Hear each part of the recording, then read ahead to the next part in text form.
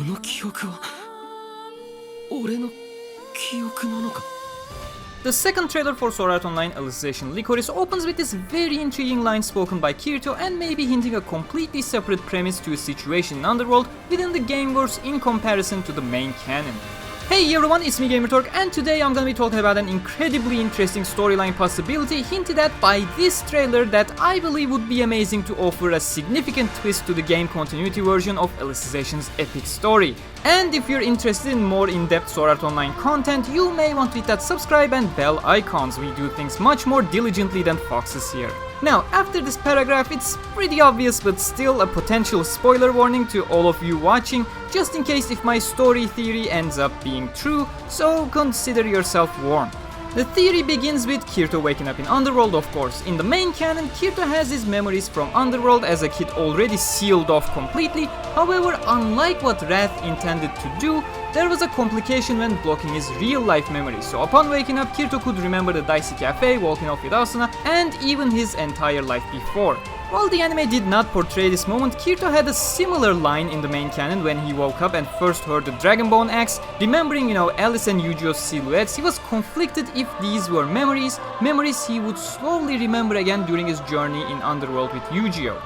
However, my theory suggests that in Alicization Lycoris, this premise is expanded to act exactly like what Wrath originally intended to proceed, Kirito not remembering anything from his childhood in Underworld, as well as nothing from his real life, which just opens up so many possibilities for the story to go. But then again, you may be wondering if I'm just shitting out a theory like some other people do for the sake of a video, and rightfully so. If I were to just make a 60-minute video talking about a random theory, I would expect my viewers to question the basis of my theory. Luckily, I'm better than that and will provide you the basis of my theory right here, before moving out with the story possibilities such a change in narrative allows. The possible hint to this theory lies in the second trailer that I just showed you and the Gameverse trailer that came out just hours before it.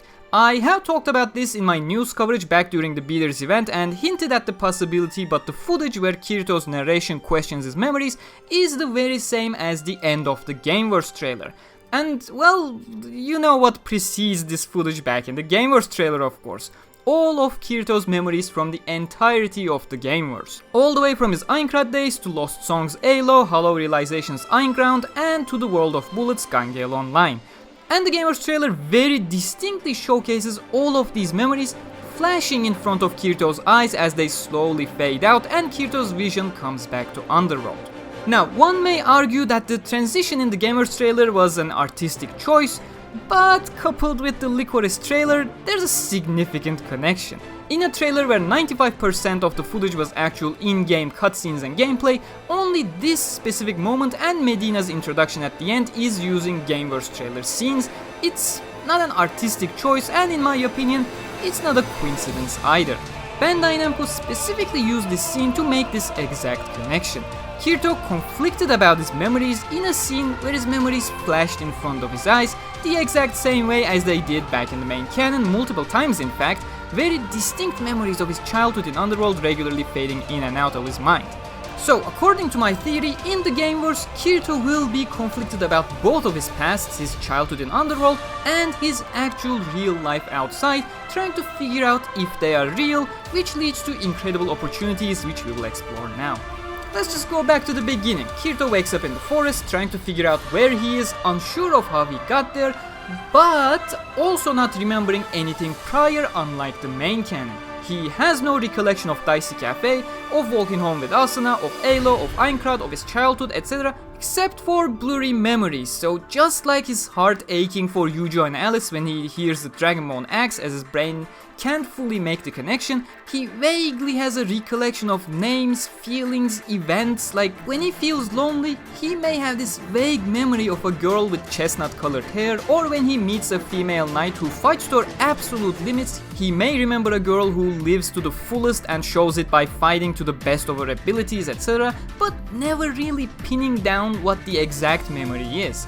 This leaves Kirito, who just woke up in Underworld with absolutely no past and two entirely conflicting blurs of memory fragments that he cannot make any sense of.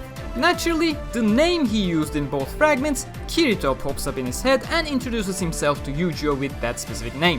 When he picks up a sword, he remembers how to use it, however this time, it's not a lie when he responds to Eugeo that he doesn't remember where he learned the Aincrad style, but that it just feels so familiar to him for some reason. The best part of such a narrative is the fact that this development puts the entire narrative progression onto Eugeo instead, even more than how it was in the novels, and how much the anime ignored this fact, mind you.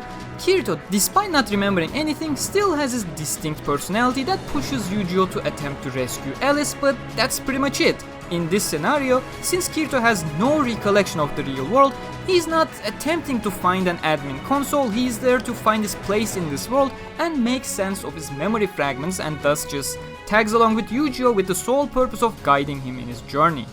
Eugeo becoming more of an active story focus is honestly just great. It's one of the main reasons why I'm excited for the possibility of this theory coming true. The second reason why I'm excited for the prospect, however, is Kirito himself. Now, you see, gamers never really had any real stakes. Well, Hollow Fragment had, but they didn't even care, Kirito, despite clearing the game, agrees 2 final duels before logging out, which may just end up in his demise. Fatal Bullet had some stakes, but the way they cheekily played around the nerve gears in a stupid way, depending on your ending, never felt right.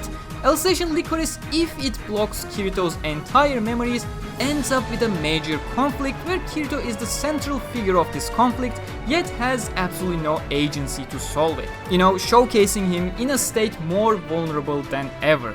Just hear me out. Now, we know Eugeo is not dying in the Gameverse, which means one of the biggest contributors to his self-incarnated veggie state no longer exists. Eugeo's death and afterwards Alice trying to sacrifice herself to save him were the biggest reasons why Kirito no longer wished to exist, which Incarnation deemed real and fried his floodlight during the power surge. If that does not happen, well, that means Kirito is heading into War of Underworld completely alive and awake, and now imagine that according to our theory, he only has a vague recollection of his real life memories, but after their duel with Eugeo per the timeline, he has remembered with absolute certainty that he did have a childhood in Underworld. This is the state where we're gonna be at the beginning of War of Underworld, where Kirito does not remember his real life but knows he had a life in Underworld. The implications are absolutely huge, and in order to talk about them, I am slapping yet another spoiler warning here.